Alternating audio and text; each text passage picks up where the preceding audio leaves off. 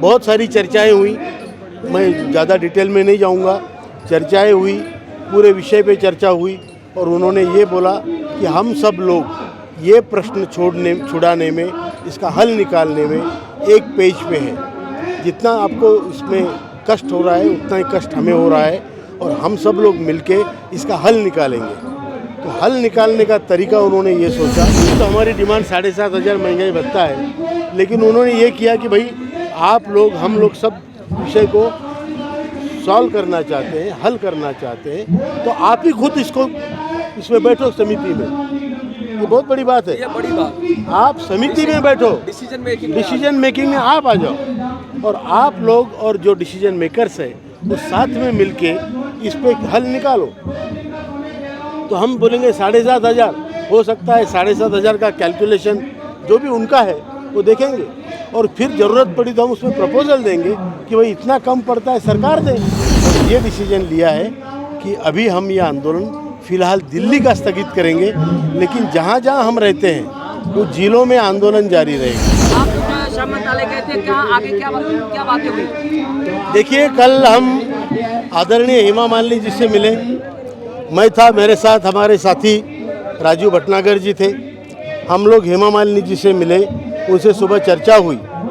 उन्होंने, हेमा मालिनी जी ने आदरणीय मंत्री महोदय से बात की, लेबर मिनिस्टर भूपेंद्र यादव जी से, और उनसे बात करने के बाद लेबर मिनिस्टर ने कहा, भूपेंद्र यादव जी ने कहा हेमा जी को कि मुझसे मिलवाने से अच्छा है आप ब्यूरोक्रेटिक लेवल की, सेक्रेटरी लेवल की उच्च स्तरीय एक मीटिंग ले लो, और वही लोग हैं जो करने वाले हैं। ब्यूरोक्रेट्स बेसिकली गणित उन्हीं को करना है। तो उस हिसाब से आदरणीय हेमा मालिनी जी ने कल शाम को 5 बजे हमें बुलाया सेक्रेटरी लेबर सुश्री आरती आहूजा के ऑफिस में। तो वहाँ पर हम थे, हेमा मालिनी जी खुद स्वयं वहाँ पे थी, उसके साथ chief secretary labour Aarti Ahuja ji थी, joint secretary labour Vibha Bhalla ji थी, उसके बाद additional CPFC chief provident fund commissioner जो अनिकेत मिश्रा जी थे, और पेंशन की जो इंचार्ज हेडक्वार्टर पेंशन में है CPFC के ऑफिस में, वो आदरणीय अनुराधा अपराजिता जग्गी जी थे। तो वहाँ पर ये निश्चय बहुत सारी चर्चाएं हुई, मैं ज़्यादा डिटेल में नहीं जाऊँगा।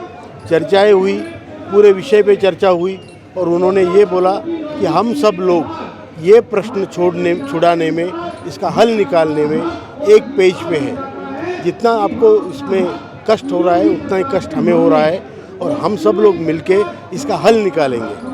तो हल निकालने का तरीका उन्होंने ये सोचा कि NAC नेशनल एजिटेशन कमेटी, जो हमारी कमेटी है, जो ये पूरा आंदोलन चला रही है, जो हमारे पूरे संगठन है, इस संगठन के लोग 4-5 प्रपोजल लेके आए, अपना खुद का कैलकुलेशन करके। हमारे पास एक्सपर्ट्स लोग हैं, तो कैलकुलेशन करके हमारा जो प्रपोजल्स है वो यहाँ पे लेके आए और फिर अगले हफ्ते में प्रपोजल्स के साथ हम CPFC के ऑफिस में CPFC के अधिकारियों के साथ हमारी मीटिंग होगी।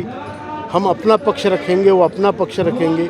एक तरीके से ये निगोशिएशन की तरह से होगा और जो फाइनल प्रपोजल्स शॉर्टलिस्ट हम करेंगे वो हम लेबर मिनिस्ट्री को देंगे। सर, आपकी मांगे जो मिनिमम 7,500 रुपये पेंशन की है न्यूनतम, लेकिन अगर मिनिमम कितना, अगर मतलब मीटिंग में जो निगोशिएशन होगा तो कितना पे मांग सकते हैं आप? नहीं, हम तो 7,500 महंगाई भत्ता मांग ही रहे हैं। अब ये जब 7,500 महंगाई भत्ता करेंगे तो किस तरीके से करना है। फॉर एग्जांपल, अगर 7,500 बनाना है मिनिमम पेंशन को, तो 1,000 में आपको 6,500 जोड़ने पड़ेंगे। 1,000 तो मिनिमम पेंशन है, 1,000 में 6,500 आप जोड़ेंगे, उसके ऊपर DA जोड़ेंगे, और 2,000 जिसका है उसमें भी 6,500 आप जोड़ेंगे, DA जोड़ेंगे। मतलब जो पैरिटी है, जिसको 1,000 है, 2,000 है, 3,000 है, ये पैरिटी भी बनी रहेगी। और हम लोग इस तरीके से सोच रहे हैं कि जैसे 7,500 इसका हुआ तो 2,000 वाले का 8,500 होना चाहिए, 3,000 वाले का 9,500 होना चाहिए। एक तो ये तरीका है। अब उसमें ये देखना है कि EPFO के रिसोर्सेज कितने हैं, उनके पेंशन फंड में पैसा कितना है, उनको ब्याज कितना मिलता है और उनके ब्याज में से पेंशन बांटते कितना है। हमने देखा है लास्ट ईयर में उन्होंने 14,000 करोड़ रुपए बांटे हैं पेंशन के नाम पे, जबकि ब्याज आया है उनको 51,000 करोड़ रुपया, और जो इन्वेस्टमेंट है वो तो तकरीबन 27,000 करोड़ रुपया। जो रेसिडुअल फंड है, जो उनके कॉर्पस फंड है पेंशन में, वो तकरीबन 8.5 से 9 लाख करोड़ है। तो ये सारा देख के, और ऐसा इसमें ये देखना पड़ेगा कि इसको आने वाले पीढ़ियों के लिए फंड ड्राई ना हो जाए, ये भी देखना पड़ेगा। जो लोग रिटायर्ड हो रहे हैं उनको भी फंड ड्राई ना मिले, उनको भी उनकी पेंशन मिलती रहे। इस हिसाब से विचार करके हम 7,500 और महंगाई भत्ते की बात कर रहे हैं। कमांडर साहब, कहीं बीच के रास्ते पे तो नहीं जा रहे हो आप? कहीं बीच के रास्ते? नहीं, अभी तो मुझे रास्ता मालूम नहीं। अभी तो हमारी डिमांड 7,500 महंगाई भत्ता है, लेकिन उन्होंने ये किया कि भाई आप लोग, हम लोग सब विषय को सॉल्व करना चाहते हैं, हल करना चाहते हैं, तो आप ही खुद इसमें बैठो समिति में। ये बहुत बड़ी बात है, ये बड़ी बात। आप समिति में बैठो, डिसीजन मेकिंग में आप आ जाओ, और आप लोग और जो डिसीजन मेकर्स है वो साथ में मिलके इस पे हल निकालो। तो हम बोलेंगे 7,500, हो सकता है 7,500 का कैलकुलेशन जो भी उनका है वो देखेंगे, और फिर ज़रूरत पड़ी तो हम उसमें प्रपोजल देंगे कि भाई इतना कम पड़ता है, सरकार दे। ये वो नहीं कह सकते।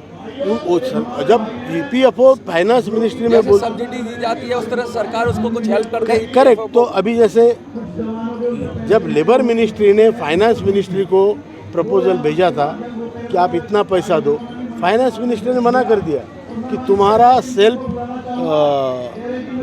सेल्फ रेगुलेटेड फंड है, ट्रस्ट है, तो आप अपने पैसों से दो, हमें क्यों मांग रहे हो। अच्छा, लेकिन हम है कि जो आंदोलन कर रहे हैं, हम इस फंड से भी ले सकते हैं, हम गुहार लगा सकते हैं। अगर सरकार ऐसा कहे कि भाई आपको जो अभी रोक दिया गया है कि वृद्धावस्था पेंशन भी सरकारों की होती है, अलग अलग योजनाएं, तो कई सरकार ऐसा कहे कि भाई उस योजना के लिए भी आप एलिजिबल हो जाओ, थोड़ा सा पैसा उस योजना के जरिए आपको दे दे और थोड़ा ऐसा दे दे, कुछ ऐसा रास्ता निकाले तो मानेंगे आप?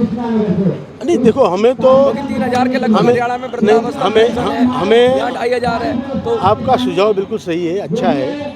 अगर राज्य सरकार ये मानती है या उसका कुछ केंद्र राज्य में होता है तो अच्छी बात है। हम तो क्या चाहते हैं, हम चाहते हैं 7,500 महंगाई भत्ता, कैसे भी जो हाँ, जैसे पैसा है वो आपके मतलब मंत्रालय के, अब श्रम मंत्री के मंत्रालय से आए या फाइनेंस मिनिस्ट्री से आए, हम चाहते हैं हमारे लोगों के चेहरे पे मुस्कान आए। 2 लोगों के लिए सफिशिएंट हमको।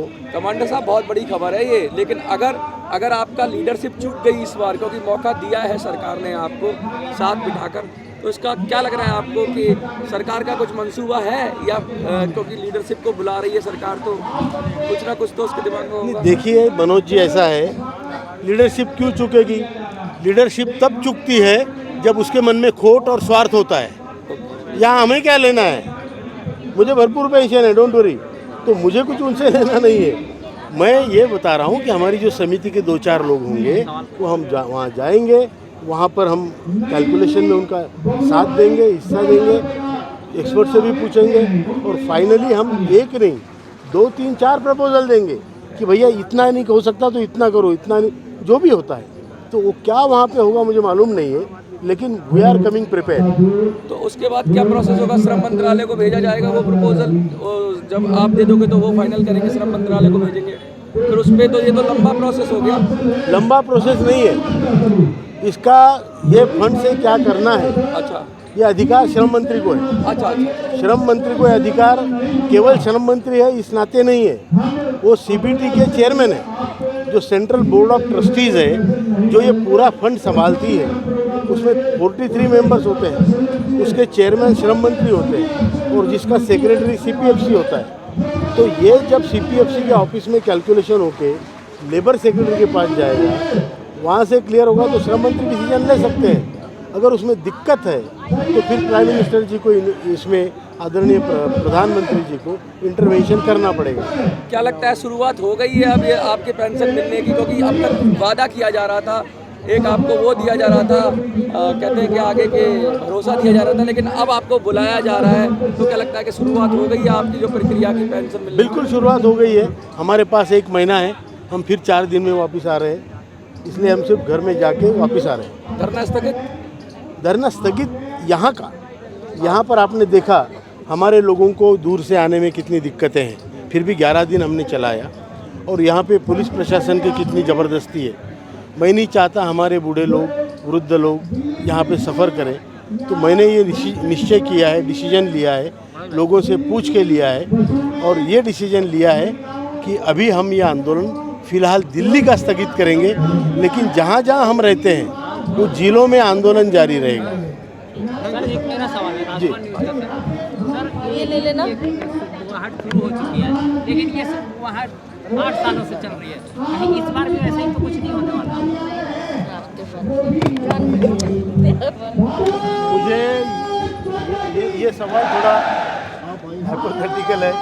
इस बार ऐसा लेकिन होगा फिर भी जायज़ सवाल जो कोशिश है, देखिए सेक्रेटरी सबसे उच्च स्तरीय लेवल होती है ब्यूरोक्रेसी। सेक्रेटरी लेवल पे आपको बुला के और हेमा मालिनी जी जैसी जो विश्व में प्रसिद्ध है, भरोसेमंद है, हमारी मेंटर है, उनके सामने अगर ये बोला गया कि भैया तुम डिसीजन मेकिंग में हिस्सा लो, तुम लोग आओ और हमारे साथ बैठो और तुम खुद कैलकुलेशन देखो और यहाँ कितना हो सकता है तुम खुद देखो, तो ये जब हुआ है तो this is a good thing, no don't you think? सरकार की मंशा मतलब ठीक है, आपका कहने का मतलब है? ऑब्वियसली ठीक है। उन्होंने बोला हम सब लोग चाहते हैं कि हो जाए, कौन नहीं चाहेगा होना? अच्छा काम कौन नहीं करना चाहता है? मुझे बताइए आप मीडिया के भाई, इतना आपका समय यहाँ पे दे रहे हैं, क्यों दे रहे हैं? क्योंकि आप एक अच्छा काम का हिस्सा बन रहे हैं कि इतने लोगों का जीविका का सवाल है, उसमें आप हिस्सा ले रहे हैं। आपको आपका काम तो मिलेगा, लेकिन काम के साथ एक पुण्य भी मिलेगा। बहुत बहुत शुक्रिया।